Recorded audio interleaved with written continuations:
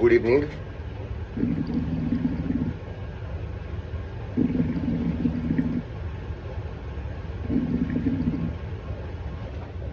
So in this video, I will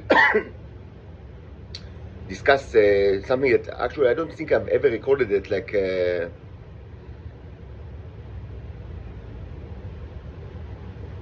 Maybe I did, but it's an important topic, and it's amazingly cool part of my subjugation and my torture. So this should be recorded for documentation, and also it can give you some clues to like why you are hungry, because some people still don't understand, though there are so many reasons for that.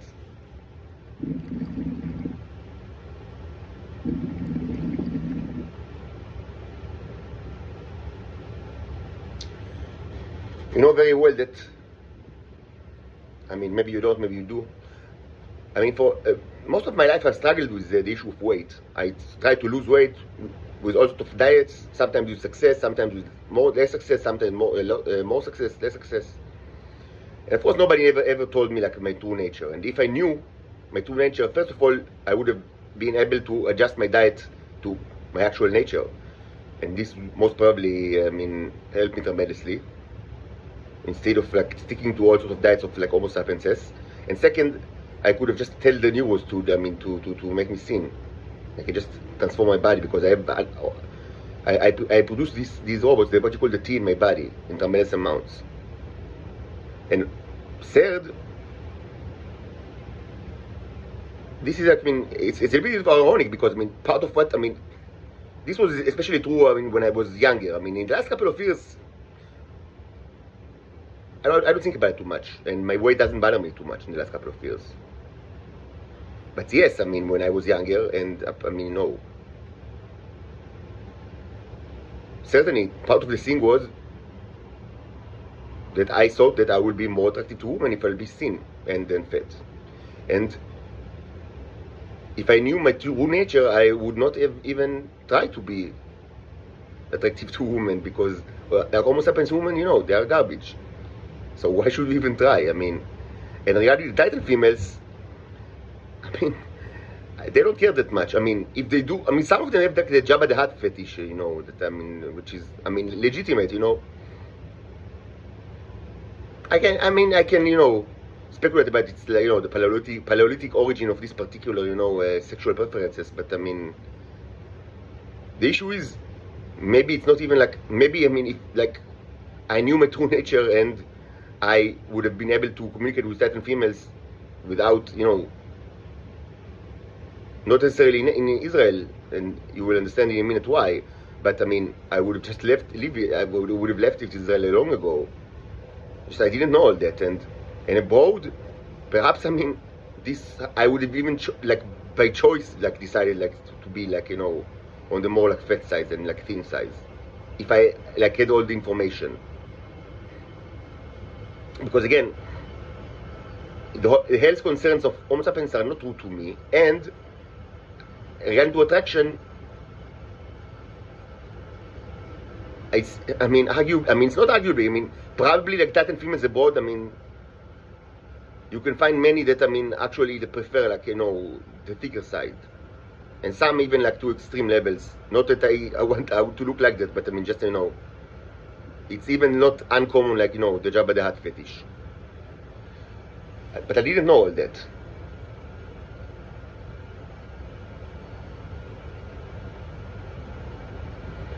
And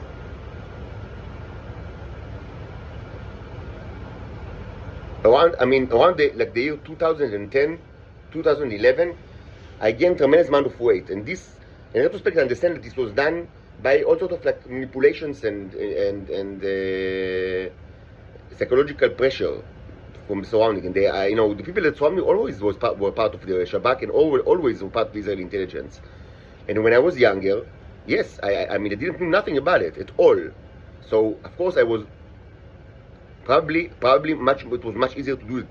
Today, I understand that everything that they do is kind of ridiculous, but when you don't suspect a thing, it's much easier for them to actually manipulate you in all sorts of ways. That's what I mean. One of the reasons why it's so ridiculous today that I mean they still try to keep the same magic, like manipulate, like the rapport creation, also like manchushim, all sorts of ridiculous things that I mean I tell myself, I mean, but it didn't work like for like all the time that I didn't know what I am for so many years, even decades.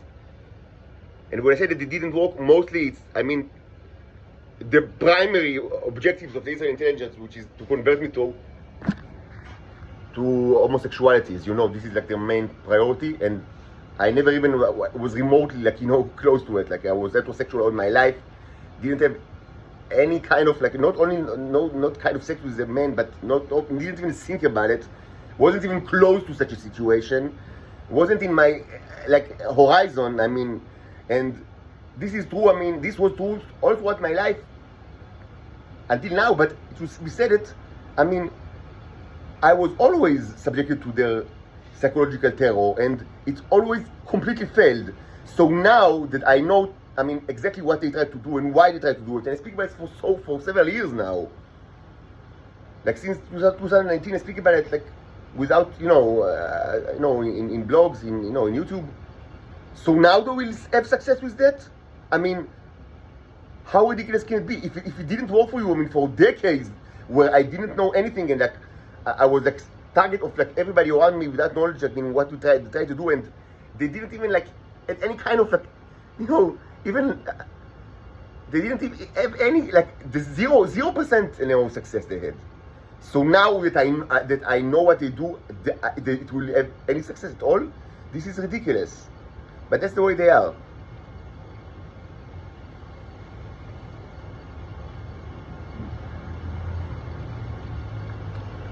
Now I should say that, I mean, but there are all sorts of ways to make you gain weight using medication, by the way. And yes, I was manipulated to go through bariatric surgery, which is elective surgery. And this is, of course, a crime, unbelievable crime, because nobody told me my true nature. Yes, presumably I elected to do it after manipulation, but first of all, it was after manipulation. And second, and more important, nobody told me my true nature, including the doctors. That ran, all the checks, all the tests. That you are going through many tests like before you actually go through the surgery. So it's impossible that they didn't know my true nature.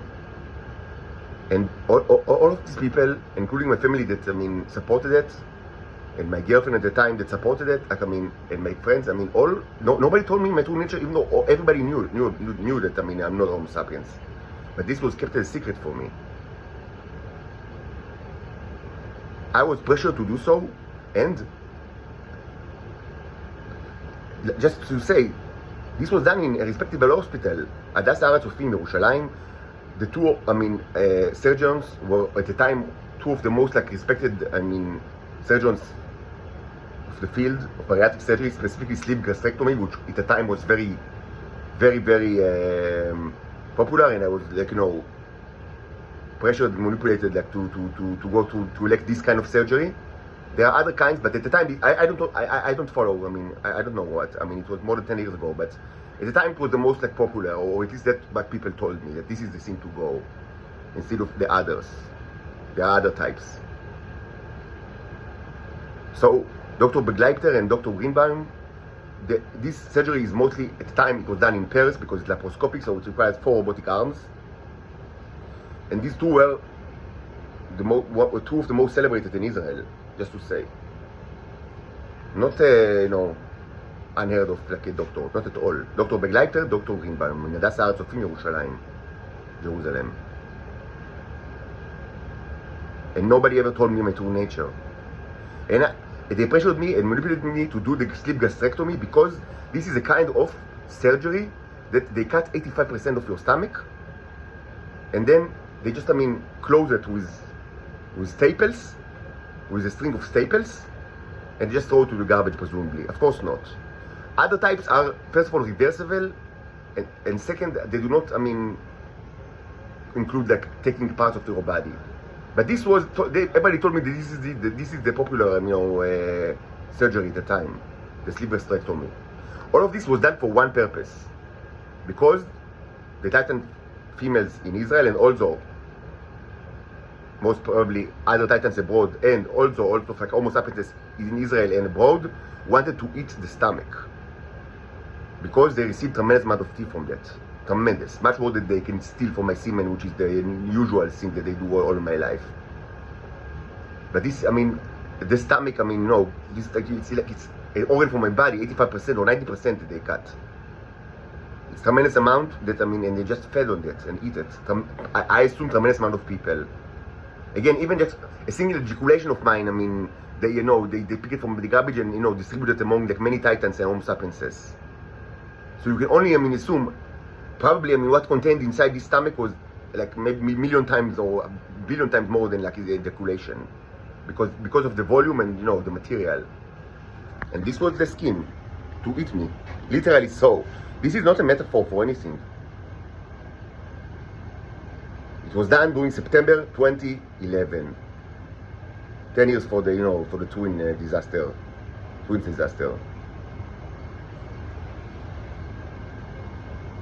Nobody ever told me like about my true nature, and this is completely redundant and stupid, and of course this kind of surgery has implications, and the implications are foreseeable. The implications that I had actually were not the most severe from the possible spectrum. Just to say, I wasn't completely, I wasn't like particularly like, unlucky. What I'm going to describe now is actually on the milder side of the complications of this, because this is not a simple thing, both psychologically and physiologically.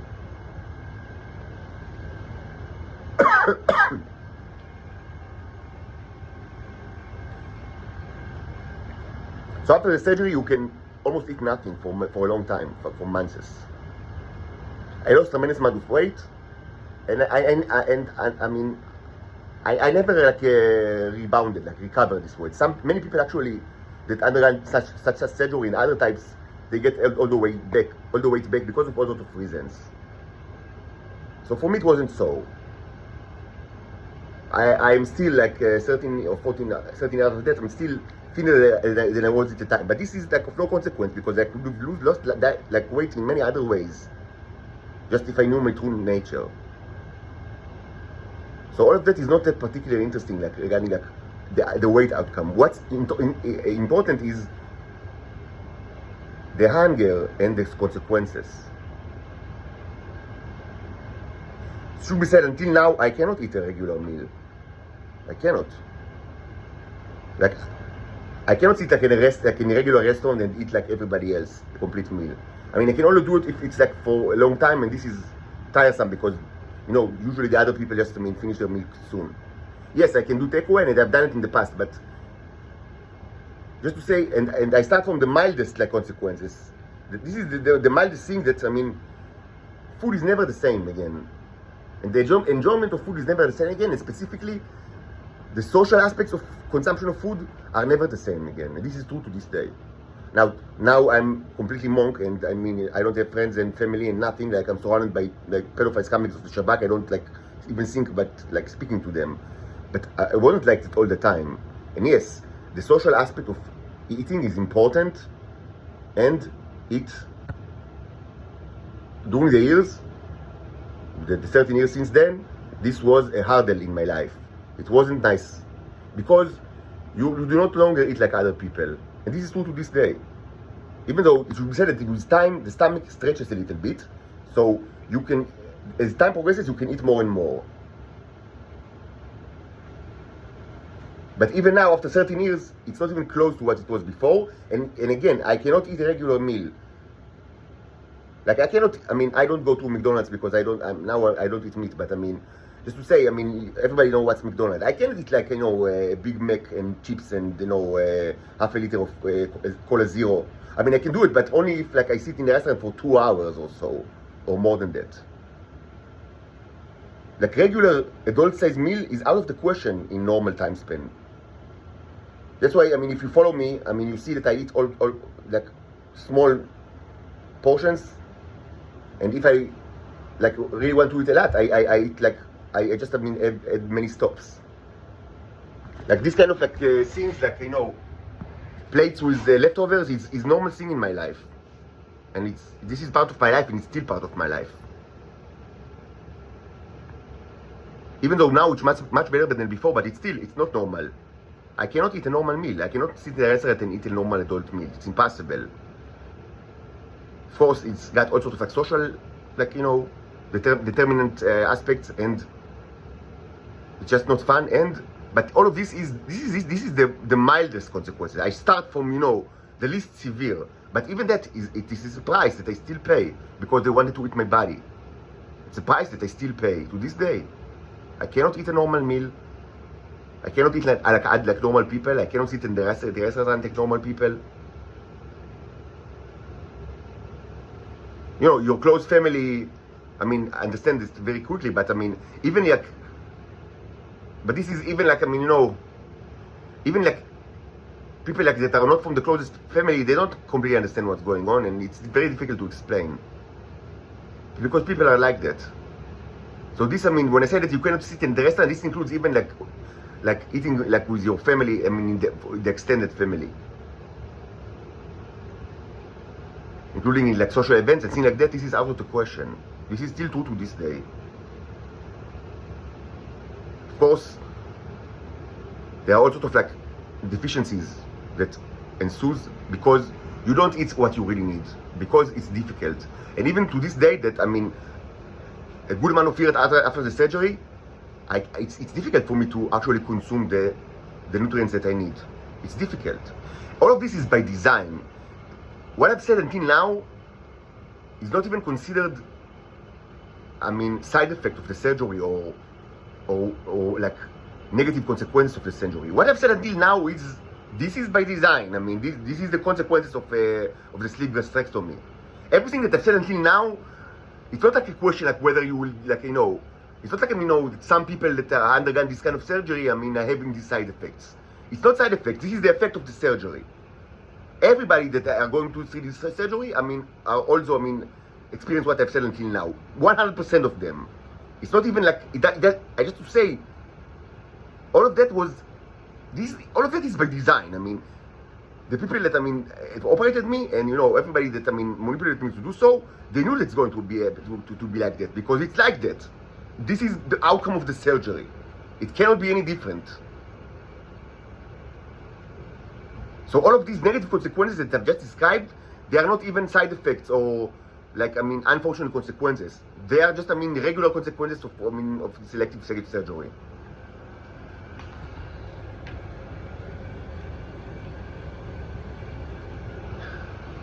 It doesn't end with that.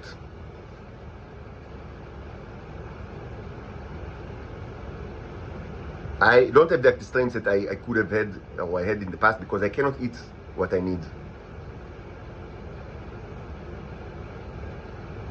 For example, I can't eat a lot of like vegetables and fruits, something that I've done in the past. When I was like before the surgery, even though yes I was fat, more and less, depends on like the diet, but I wasn't like unhealthy eater. Some people that are going through this surgery are very like a very unhealthy habits. It wasn't the case. I've actually eaten like relatively healthy food, but a lot, and that's why I was overweight. And not always in a significant way. This was a completely redundant surgery for so many reasons. But I have eaten like fruits, vegetables, healthy. I wasn't like one of those that are addicted to sweets or things like that. Not at all. And after the surgery, I couldn't, and until now I cannot eat. Large volume like of food. You cannot eat like a big bowl of salad. Like you used to. It's impossible until now. So you are having all sorts of deficiencies. This is still true to this day. This is still because you wanted to eat me. That's what I'm going through to this day.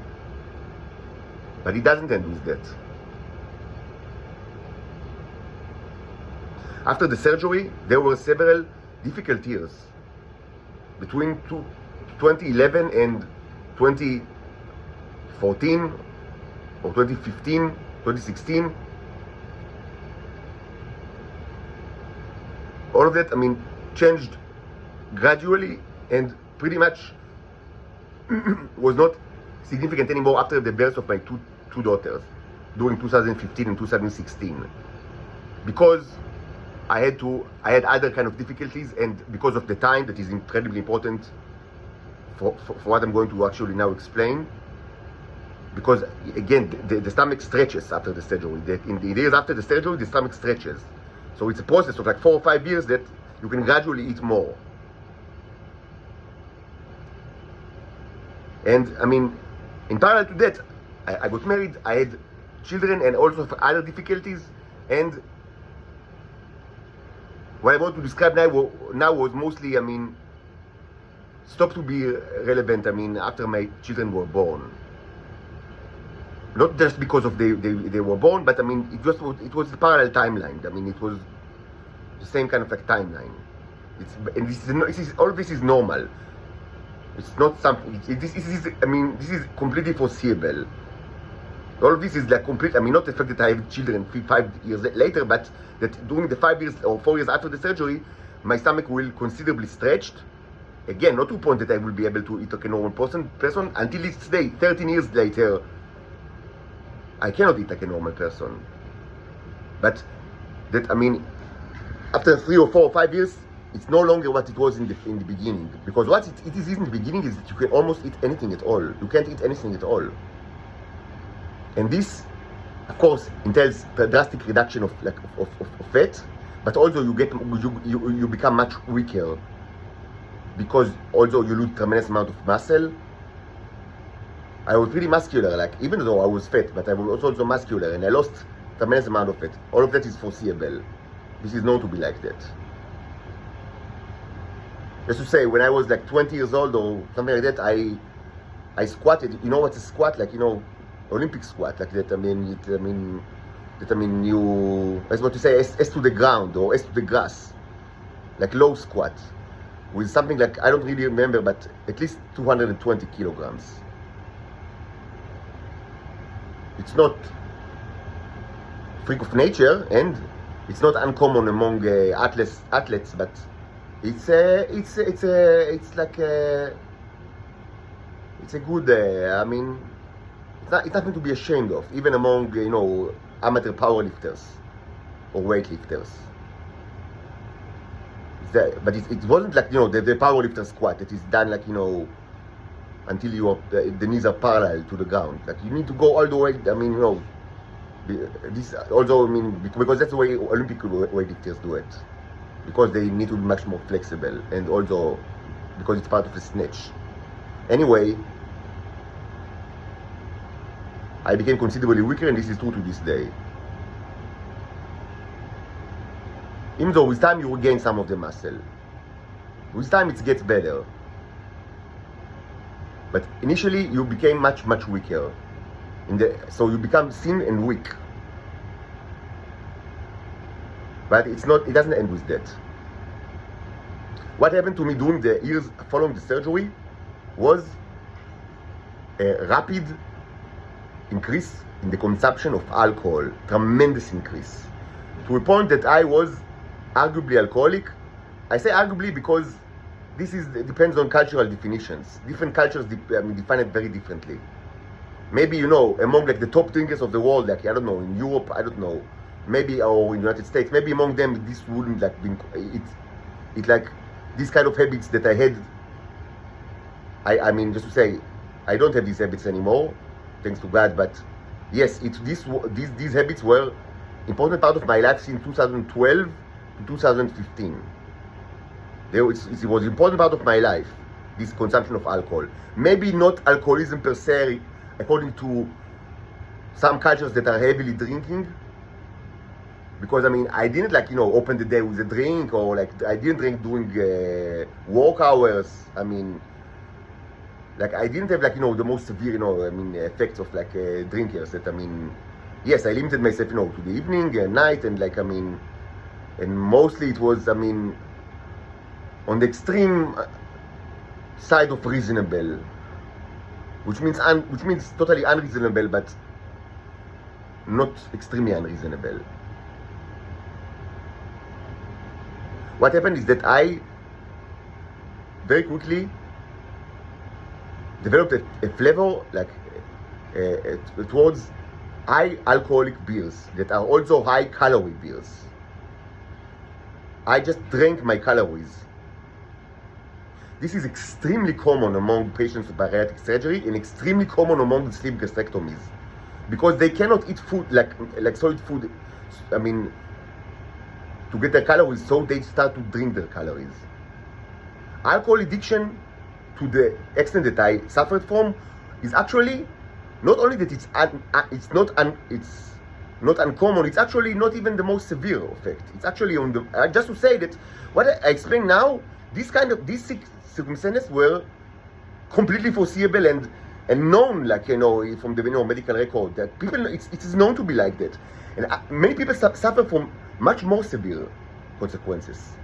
Many patients of sleeve gastrectomy, after the surgery, in the years following the surgery, they start to excessively drink milkshakes and melted ice cream and just, I mean, hot cacao drink, chocolate drink, because that they can consume tremendous amount of calories that way, and they want the calories, so that's what they do. And it's not uncommon, like, it's not bizarre, it's like, I don't know, 10%, 20%, but I mean, many people that are undergoing this surgery actually get all the calories, like all the weight back, like they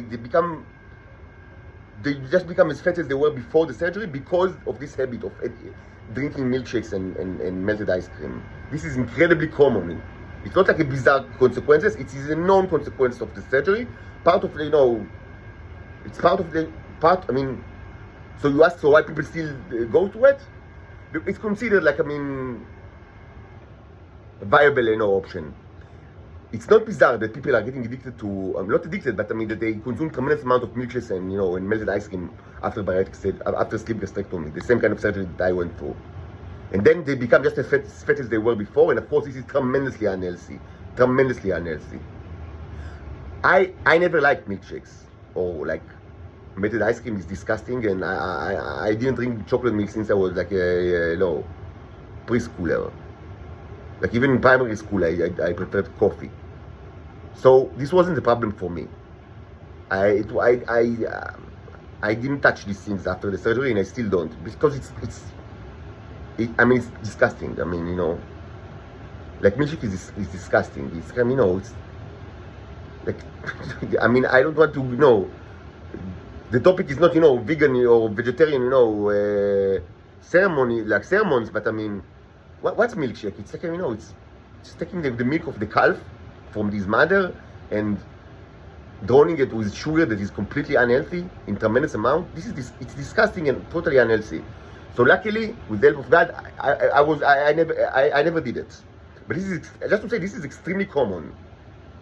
This kind of, like, I mean, become a milkshake drinker and then get all the weight back and suffer, I mean, and be much less healthier than before, because you get your, I mean, instead of like getting your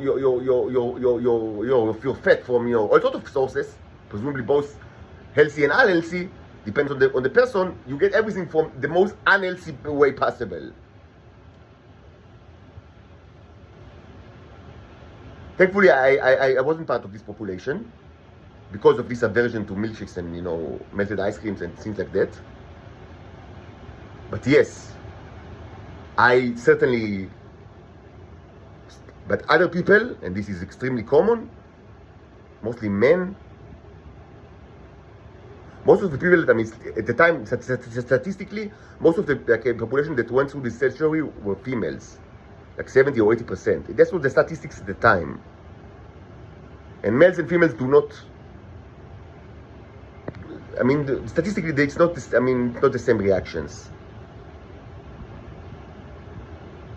Many people develop all sorts of like what's considered crossover addictions. Many people become nymphomaniac, women become nymphomaniacs, or men, I mean, certainly, I mean, if they become very attractive, like all of a sudden, it doesn't necessarily be that way. It depends on the person. Like if he's ugly, he will be ugly, thin, you know, fat ugly and thin ugly, you know. But some people, I mean, you know, they are, and also some people have excess skin after such. I didn't have such a thing because I wasn't that fat. But I mean, in the more extreme way of obesity, many people have skin excess, which is a huge cosmetic problem and tremendous like source of like agony. I didn't have it because I wasn't that fat. But I mean, if men, like, if people don't have this kind of skin excess, and if they are suddenly become very attractive, seems like divorce is extremely common after this surgery. I wasn't married, just to say, but I mean, all sorts of things are extremely common, like after this surgery. People divorcing, becoming nymphomaniac, if they are men and they have the luck to suddenly become very attractive, which is not always the case, but sometimes it's the case. So many times they become womanizers, and of course it's extremely unhealthy in itself.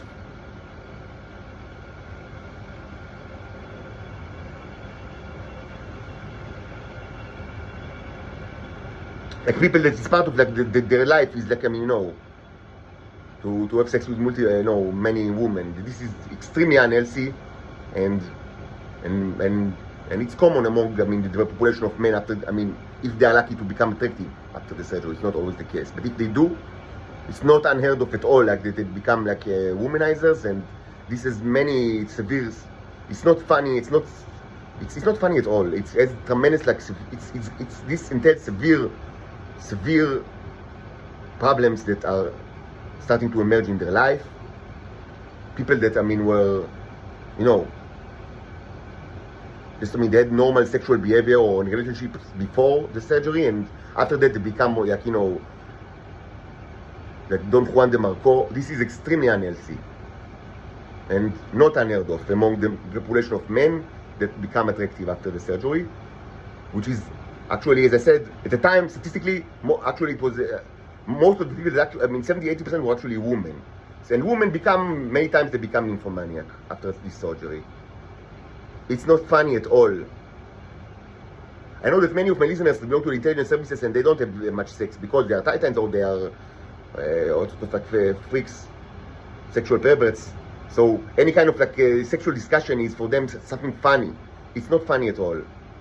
Like both the womanizer phenomenon and the nymphomaniac phenomenon, it's severe psychological burden on these people. All of it is widely known, and was widely known during 2011. It's considered one, just common complication of the surgery. Part of life. I didn't become a womanizer. And regarding my attractiveness, this is of course subjective to who you ask. But just to say that one thing that I definitely fell to is, and this is somewhat common among men that are undergoing this, is to increase alcohol consumption, especially high alcohol beers. Like Meredzu or Barbar, the Czech ones, the Czech and the German ones, the Czech Republic ones, they have like typically high alcohol percentage, like 10, even 11, sometimes even 12% alcohol.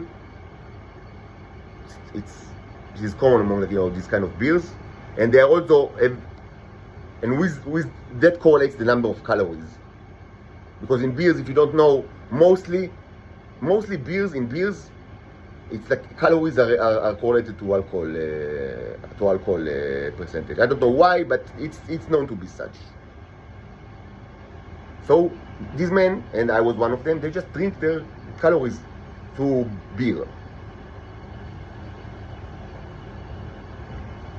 Arguably, it's not even like a severe consequence. Just to say, milkshakes are probably much worse than beers, and this is a very common consequences of this surgery, as I've said already. I say all that just to understand that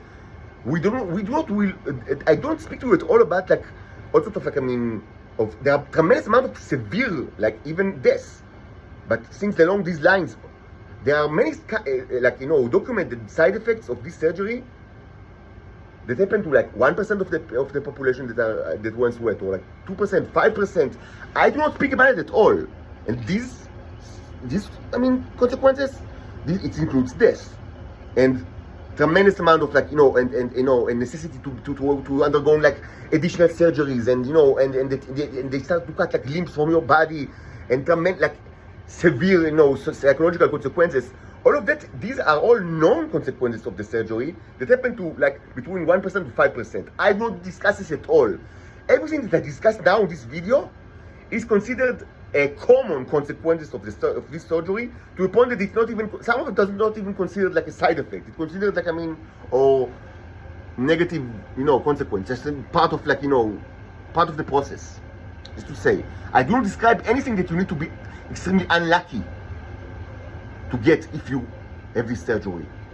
Everything that I described is things that, they are normal in the population of the people that are going through this surgery, that I was manipulated to go without any justification, and when people hiding the true nature from me.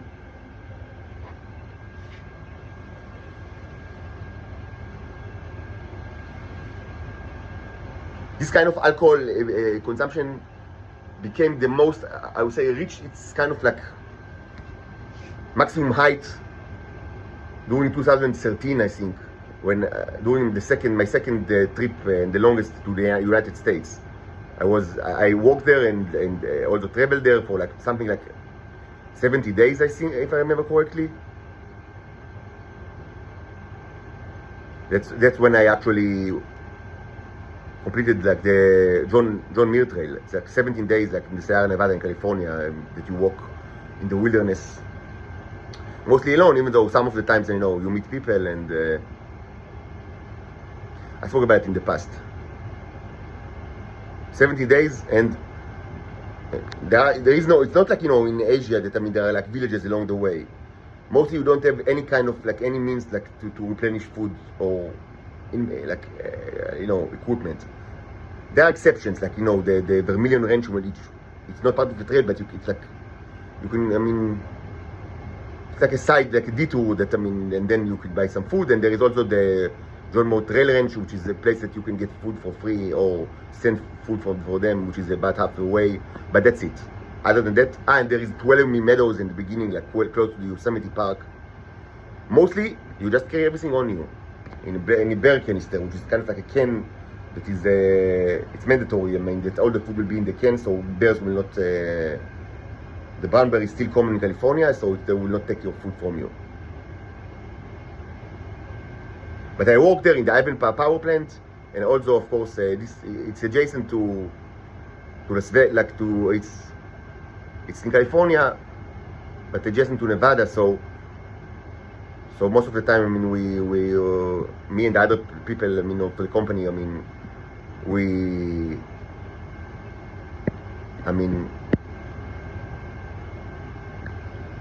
lived like in the Hilton Hotel, which Henderson is like it's a rich suburb of the Las Vegas municipality. So yeah, these times actually, it was interesting, of course, to see the United States. It wasn't the first time, but to walk in there, Ivanpah was at the time the largest green by megawatt, like by output, the largest green power plant in the world, and it was important, like, interesting to walk in this place. And of course, the John Muir Trail was a great experience. And I also traveled, I also had like shorter travels. I already mentioned my funny and little irresponsible expulsion of Zion.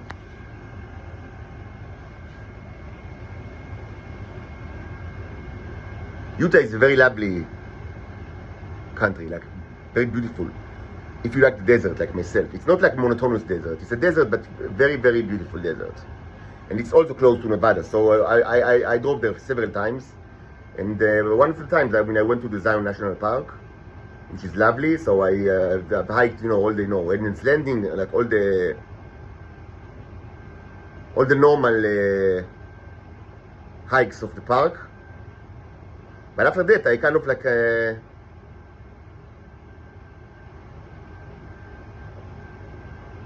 this also relates to alcohol. Just to say, this time in the United States, alcohol was always, this was like my darkest days. It wasn't a fun time at all. I do not remember, like in general, even though if I describe it, it might sound like incredibly, positive, like, walking in, in the development and, not construction. I'm a computer programmer, but I didn't really, build things with my hands, but It's not like, it's a white collar job. So, I mean, but, be part of this huge construction of something big, they have a power plant and the hikes and, and yes, I had my share of getting drunk in, at the Wynn and,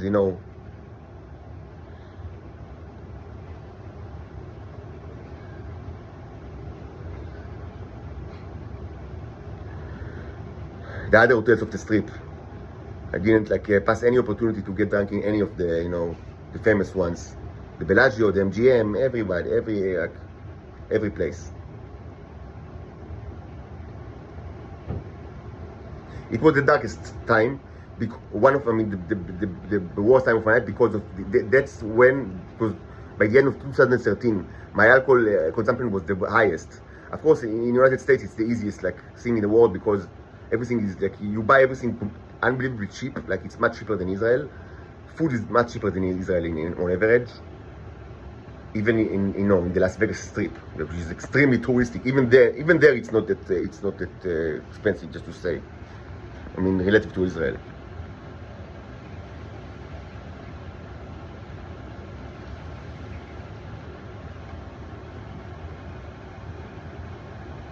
So yeah, I mean, you buy, not only beers, also, the Jack Daniels, but not the 700 milliliters or 1 liter. The 2.25 liters, they sell this stuff, at Walmart or whatever, very cheap. So it's very easy to consume large amount of alcohols in the United States. Anyway, this is where I drink the most, and so yeah, I mean, yes, doing this kind of trip to the Zion National Park. So after I've done all the normal, excursions, so I met these two Australian guys, and I mean, I blame them, but I mean, like Pinocchio, and is the Shimshon Veyovav. I don't know how they are translated, what's the Italian origin or how do you translate it to English? The two animals that are kind of seduce him to do bad things. So I mean, maybe it was their fault. Anyway, the idea was that, they had a concoction, a way to prepare an alcohol drink with with lemon juice, but large jar of it. So they thought that it's a good idea for us, to get a little bit wasted with this stuff. And I thought, okay, why not? Seems reasonable, because that's the way I was at the time. And then, I mean, enter the Zion River. I don't even remember if we had a boat, inflatable boat, or tubes. I don't even remember. I don't even remember how it was done, actually. I just remember very well that it was illegal. And I mean, and in the United States, I mean, it's not like Israel. In the United States, you should not do illegal things. It's not like in Israel that, I mean, if it's legal, it means that you should do it. In the United States, you should not do illegal things. If you're a tourist, this is amplified tremendously so. And if it's federal lands, National Park, it's amplified tremendously so.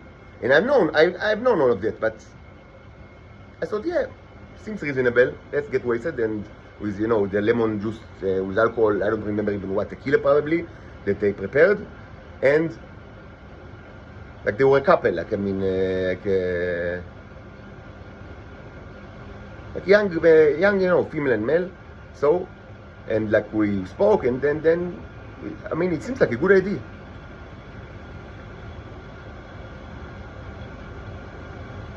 So we just, I mean, followed the river. I don't even remember how, for something like 2 hours. I just remember it was fun, but I don't remember much of it. But I do remember that after 2 hours, a ranger picked us, I don't know if the name is a ranger, ranger is the name. Officer of the law that,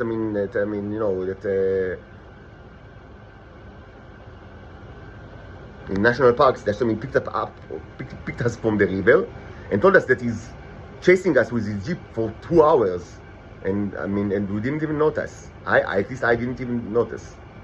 So after 2 hours, he managed to actually get our attention enough so we got out of the river. And very luckily, I mean, the only consequences was a lifetime ban from the Zion National Park.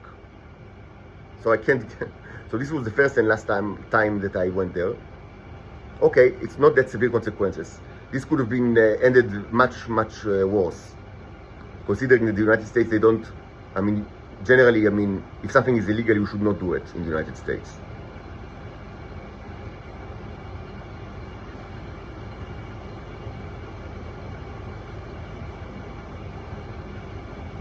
I remember my time, in the Vermilion Ranch, in the John Muir Trail. It was maybe after 10 days or 9 days of just, walking in the, walking and walking. It's very arduous trek, the John Muir Trail. So after like maybe 8, 9, 10 days, so at the time I hiked with like a German, 20 years old that I met. So we hiked together for a little bit. So we decided to go to the Vermilion, even though it's a detour and it only makes the John Muir Trail even longer. But we decided, I mean, just after so long, just to get to civilization a little bit, even though it's just a ranch, but still. So I remember that, I mean, first of all, I mean, immediately I kind of like the first thing, six-pack, like not this kind of six-pack of beers, like immediately, just the first thing, like after 9 days, there was still 8 days ahead of me, but 9 days, without. So first of all, yes, give me the six-pack, and just immediately you drink like a liter of beer.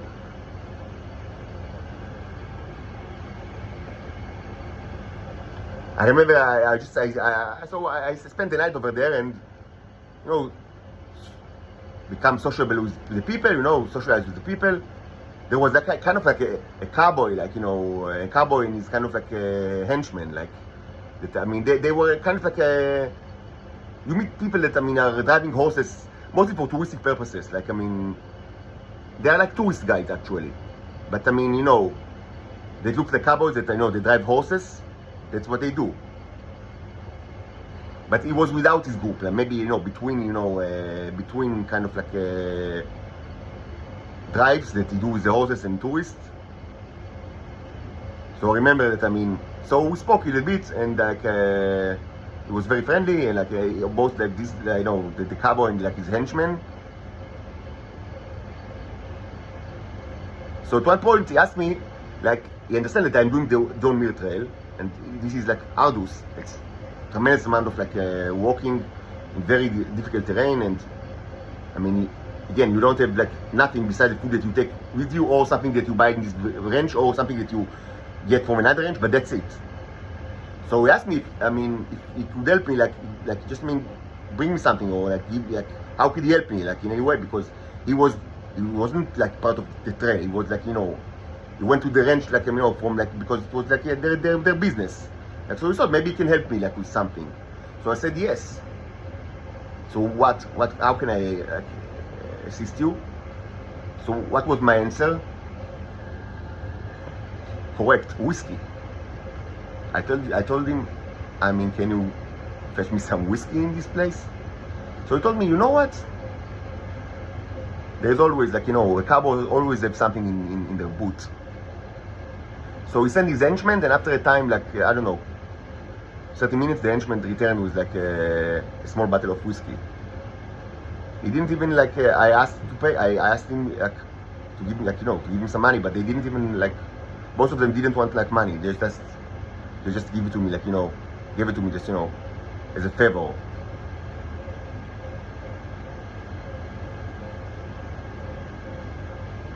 All of that indicates a person that is not, does not have a healthy relationship with alcohol. Maybe, according to some cultures, not in the extreme, side of the scale, but not healthy at all. These were difficult. I remind you of all of that just to say, I had problems with alcohol for several years after the surgery, and this affected my life negatively and affected my health very negatively. This could have ended much worse, but eventually it just faded because I had like, part of it would just mean after 3, 4, 5 years, the stomach is getting like a little larger, so you can eat more stuff. So you have less incentive like to drink your your calories. So this is part of it. And also, I mean, I got married, like I had babies, so alcohol was not part of my life. I mean, mostly. And it's still until this day, I don't drink almost nothing. Like very rarely I drink a beer or so, but very rarely. But it wasn't fun. It had severe consequences on my mental, like on the way I felt like shit in the years after the surgery. These were not fun years. It was bad time in my life. Of course, later, I mean, my daughters were born, and it was, the most happy thing in my life, and it still is, even though I do not see them in the last year because of all the cruelties of the Israelis that are discussed a lot in this channel. So let's not repeat ourselves. But just to say, after I was married and I had children, and horrible divorce trial and custody trial, my life was absolutely difficult, and this coincided with the increase of torture from the Israeli intelligence because they understood that I can have children, and all of the, dirty, they treated me like so animal. This was discussed for so long, but all of that, taking all of this into account, all my torture that happened after my children were born, and it's still ongoing. Still, the years before 2015 were not much better, even though I was, I didn't have money problems, and I was, like I lived the life, of a young, 20-something years old, and I had girlfriends, one night stands, and sex, and like I lived life, I mean, relatively life of, leisure, without much worries, presumably. And my life after my daughters were born, I mean, became,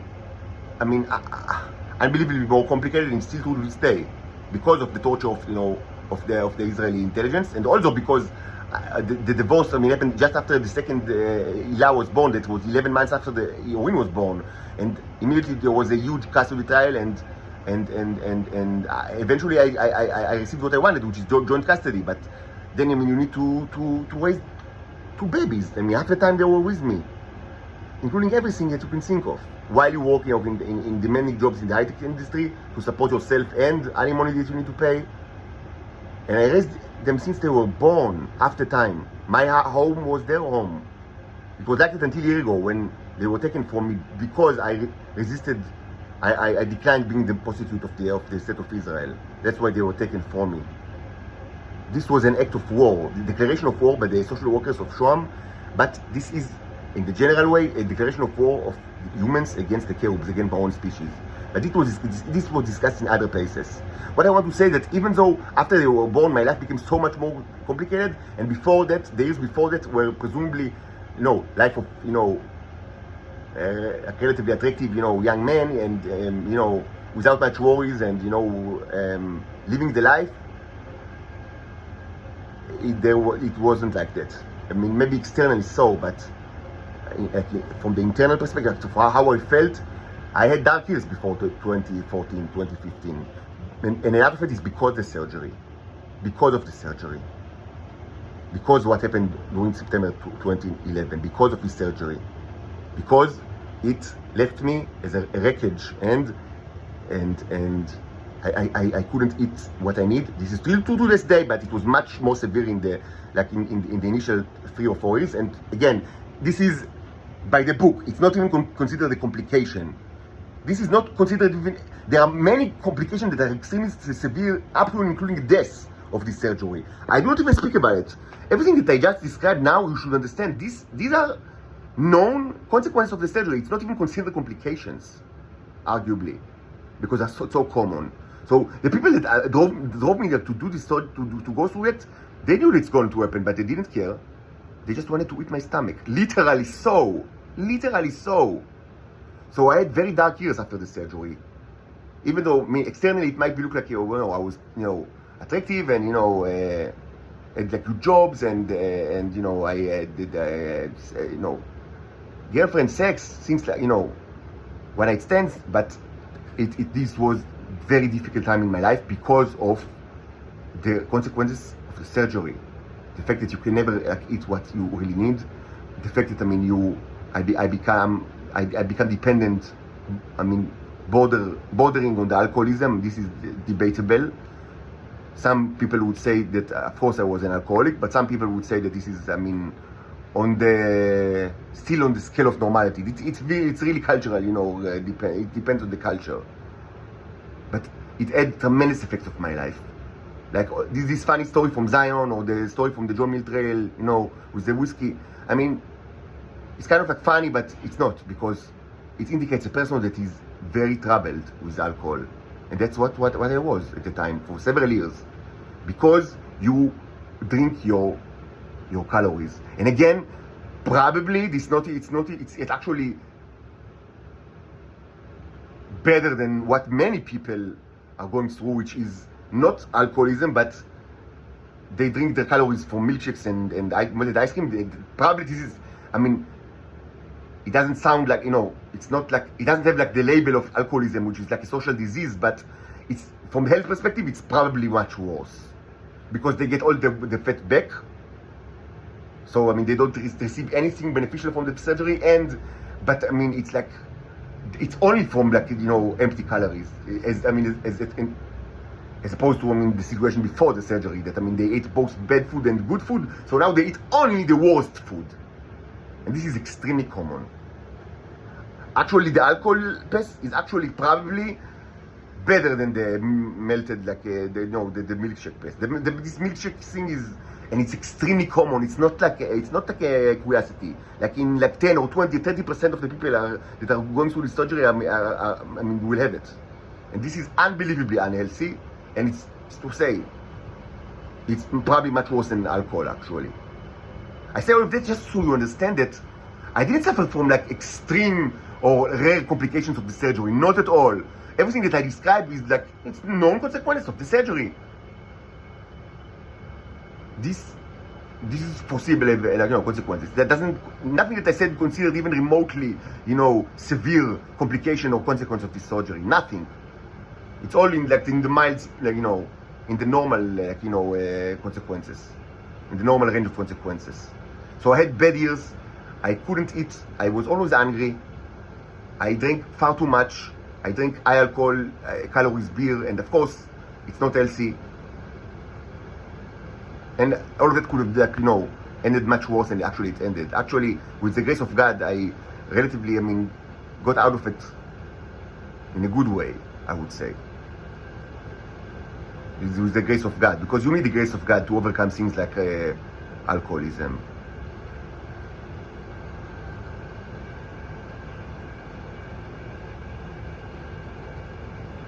This was my life after the surgery, very dark years, and up until this day, it's not normal. I cannot eat like normal men. I cannot sustain myself, like I always have deficiencies, and this is my life. And all of that was completely foreseeable, and even worse than that. And it was done by people that manipulated me to do the surgery without telling me of my true nature. This includes all the doctors that had all the, before the surgery, you went through many tests, many kind of like examinations. It's impossible that they didn't know what I am. It's impossible. But of course, everybody's part of the conspiracy, and the aim, the goal of the conspiracy is to eat my stomach and to get the tea.